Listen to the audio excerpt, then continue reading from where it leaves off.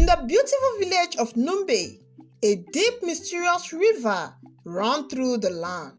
Known as Ajana, the river was both feared and avoided by the villagers. Elders often told stories of water spirits and the mermaids who live beneath the surface.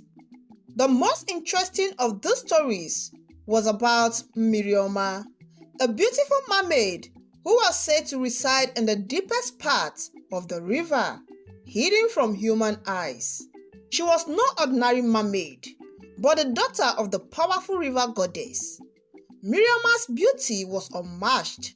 Her long flow hair sparkled like gold under the sunlight, and her skin shimmered like the scales of a fish.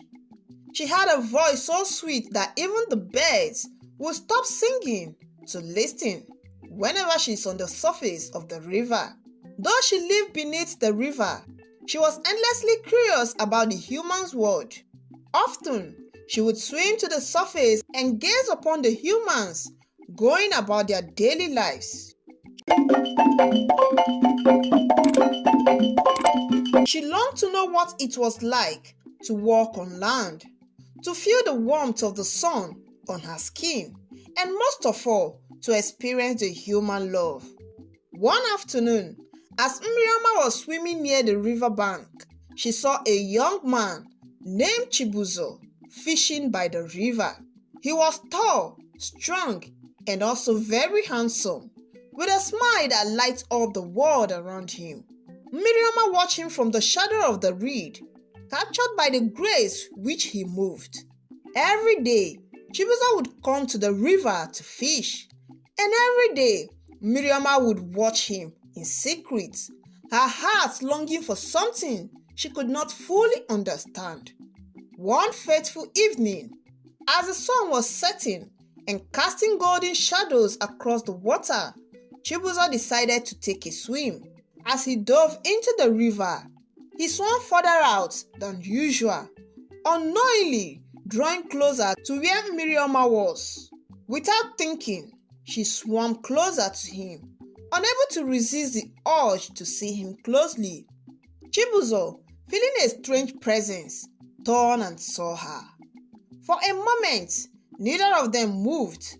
Miriama's beauty overwhelmed him, and for the first time, she felt the eyes of a human upon her. Before she could flee, Chibuzo spoke. "Who are you?" he asked. Miriama hesitated. She had never spoken to a human before, but something in Chibuzo's eyes made her feel safe. "I am Miriama, a daughter of the river," she replied softly.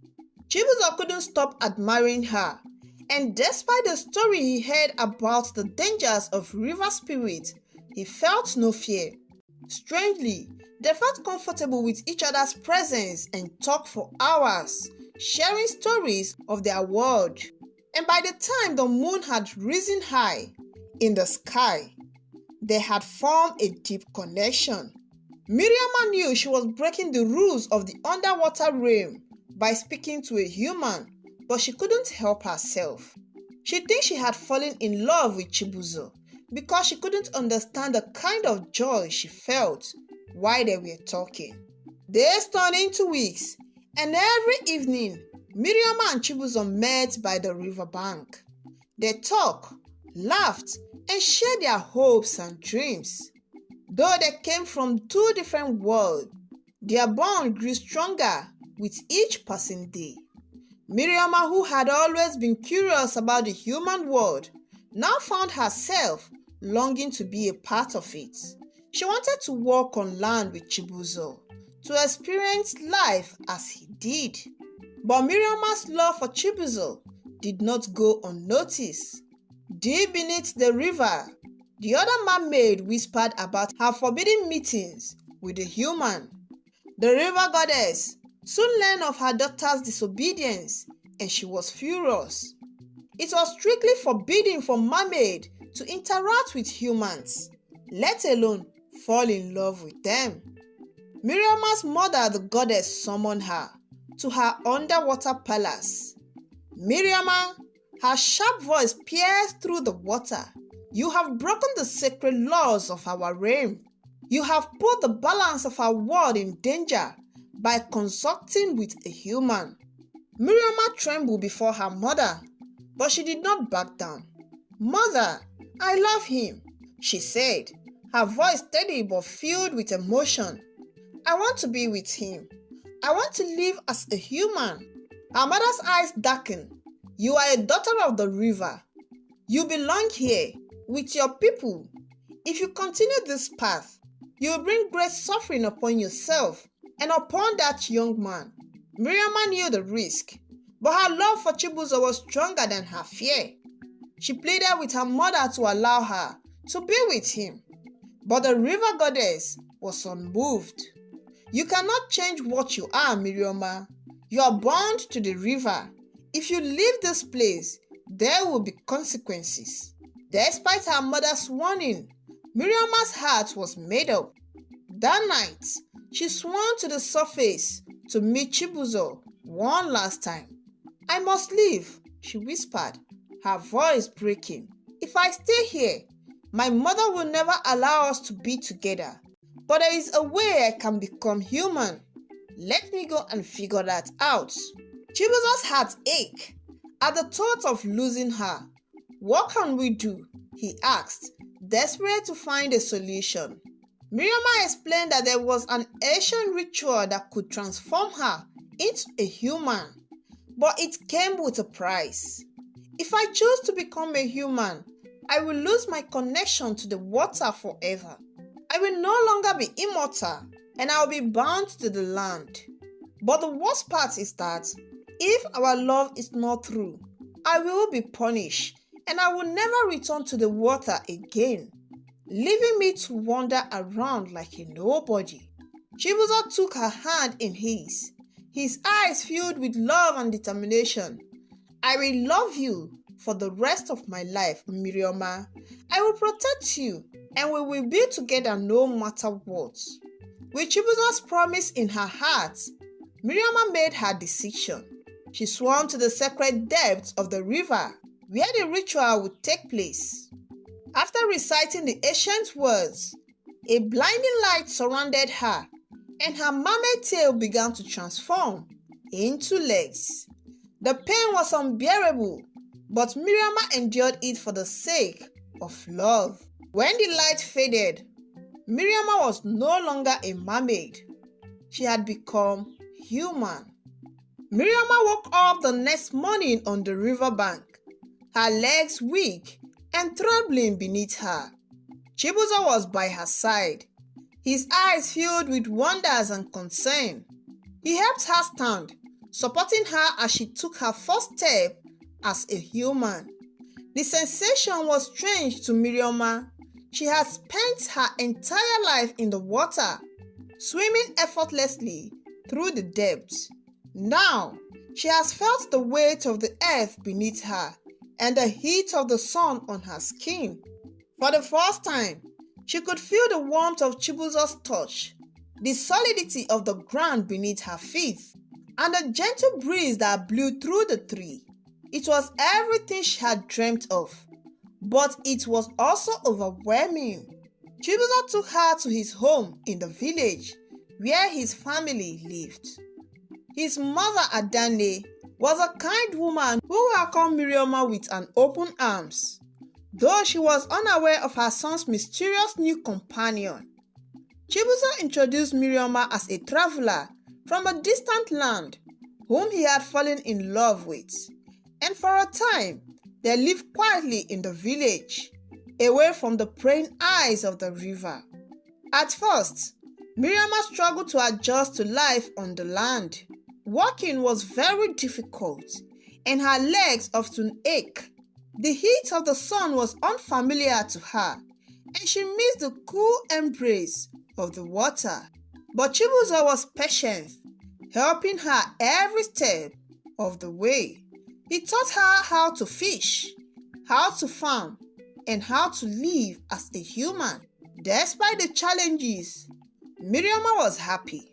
She was with Chibuzo, and their love for each other grew stronger each day. But as time passed, The other villagers began to notice strange things about her. She never seems to age. Her beauty was extremely out of this world, and her connection to the river was seen in her eyes, which sparkled like the surface of the water at dawn. Rumors began to spread, and whispered filled the village. People grew suspicious of Miriama, wondering if she was truly human. Chibuzo tried to protect her, but he couldn't silence the gossip that hung around them. The rumor eventually reached the ears of the village elders, who summoned Chibuzo and Miriama to the council. The elders were wise and respected, but they were also fearful of anything they did not understand. Miriama, one of the elders, began. There are stories about you. People say that you are not from this world, that you came from the river because of how connected you are with the water. Is this true? Miriama hesitated, glancing at Chibuzo for support. She had hoped to keep her true identity a secret, but now, faced with the elders, she knew she could not lie to them. I was once a daughter of the river, she admitted, but I left that life behind to be with my love, Chibuzo. I am no longer a mermaid. I am now a human, just like all of you. The elders exchanged worried glances. The river is powerful, another elder said. If you have broken the laws of the water, there will be consequences. Miriama's heart sank. She had been prepared to face the challenges of human life, but the threat of the river's curses weighed heavily on her. The elder's word carried a serious warning, and Miriama knew her mother, the water goddess, was capable of punishing her for her disobedience.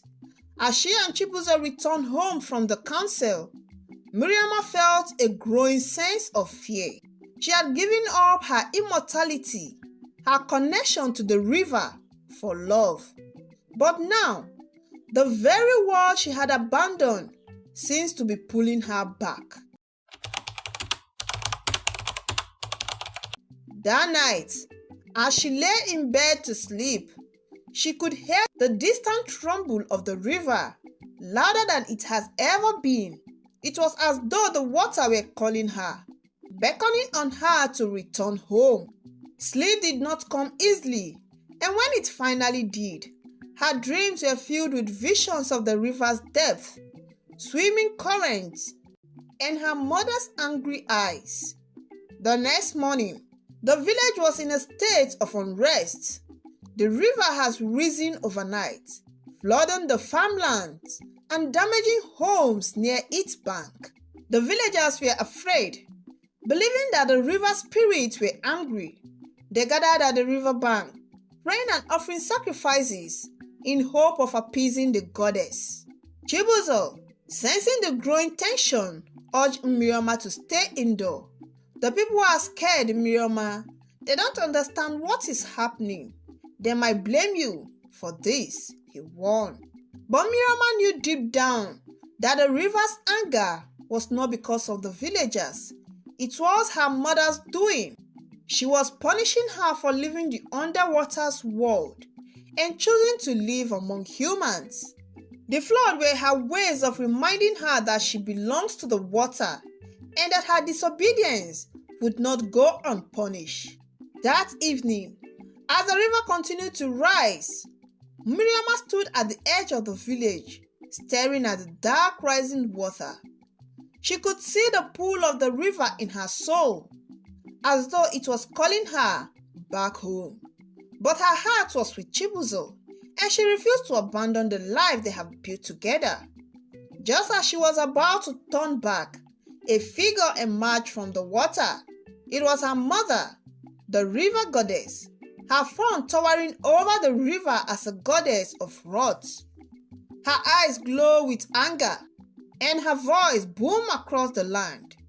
Miriama, she shouted, you have defied the laws of the water. You are forsaking your heritage for the love of a human. Now, you must pay the price, even if you are my daughter. Miriama trembled before her, but she stood her ground. Mother, I love Chibuzo. I chose this life, and I will not return to the water. The goddess' eyes darkened with fury, with anger. If you will not return willingly, then I will make you. The flood will continue until you surrender or until the village is destroyed, and the whole villagers will blame you for it. The river rolled behind the goddess, its water threatening to engulf the land.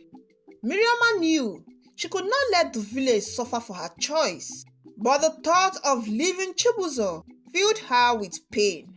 The next morning, the villagers gathered once again at the river bank, desperate for answers.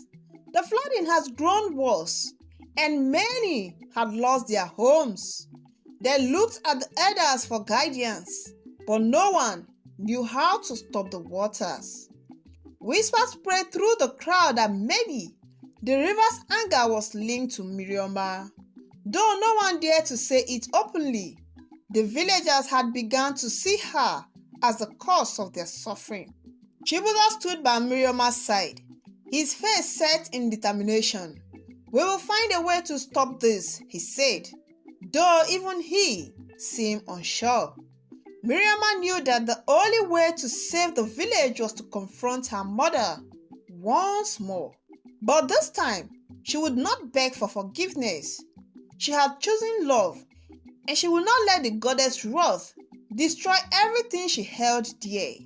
That evening, as the sun set and the river rolled louder than ever, Miriam walked to the water's edge. Chibuzo followed, unwilling to leave her side, but she turned to him and gently placed her hand on his chest. "This is my fight, Chibuzo," she said softly. "I can't let you suffer because of me." He shook his head. "I won't let you face this alone." Miriam smiled, her heart swelling with love. "I will come back to you, I promise." With those words, she stepped into the water. The water cooled against her legs. She waded deeper, her legs growing weaker with each step, until the water rose to her waist. As she reached the center of the river, the water stilled, and her mother appeared once again. "Have you come to surrender?" the goddess asked. Miriam's eyes met with her mother's gaze, her heart steady. "I have come to make a deal," she said.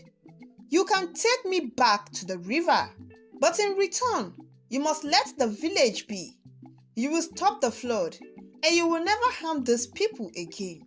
The goddess frowned, considering her words. "And if I refuse?" Miriam raised her chin. "Then I will fight you. I may no longer be a daughter of the river, but I still have my powers, and I will not let you destroy the people I love." For a moment, the river goddess said nothing, her eyes narrowing as she studied her daughter.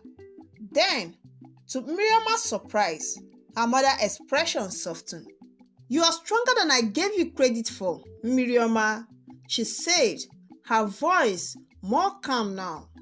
"You have proven your love, not only for this young man, but for these people entirely. Maybe I was wrong to deny you of your choice." Miriam's heart filled with hope. "Does that mean you will let me stay?" The goddess shook her head. "No, the balance of the water cannot be undone. You belong to the river, and you cannot live on land without consequences. But I will give you one last chance." She raised her hands, and a bright light engulfed Miriam. She gasped as the water around her rose, pulling her down into the depths. For a moment, she felt the familiar sensation of the river's embrace, and she feared that she had been returned to her old form, the Marmaid. But when the light faded, Miriam found herself standing on the river bank once more. But this time, something had changed. Her legs were stronger, her skin warm. She no longer felt the pull of the river within her. She had become fully human. The goddess' voice echoed in the wind. "You are free now, Miriam. Live your life. But remember that love comes with a price, and you have paid yours by giving up all your powers. You are now fully human, with no forms of power or immortality in you. As the river returned to its peaceful state, Miriama turned and saw Chibuzo running towards her. He wrapped her in his arms, his eyes filled with relief and joy. "You came back," he whispered. "I told you I would," she replied, smiling through her tears. From that day forward, the river no longer threatened the village. Miriam and Chibuzo lived together in peace, their love stronger than ever. Though Miriam would always remember her time as a daughter of the river, she knew that her heart belongs to the human world now. In the end, Miriam's love had triumphed over the force of the river, and though she had lost her connection to the water and her powers were all gone, she had gained something far greater: the freedom to live her life on her own terms with the man she loved by her side. And so, Miriam and Chibuzo lived happily ever after, their love a testament of the power of choice, sacrifice, and enduring bond between two hearts from different worlds. Now to you, my lovelies, have you ever encountered a mermaid before? Or do you believe they exist? Let us know at the comment section below what you think and what you have experienced. Thanks for watching. Love you and see you soon.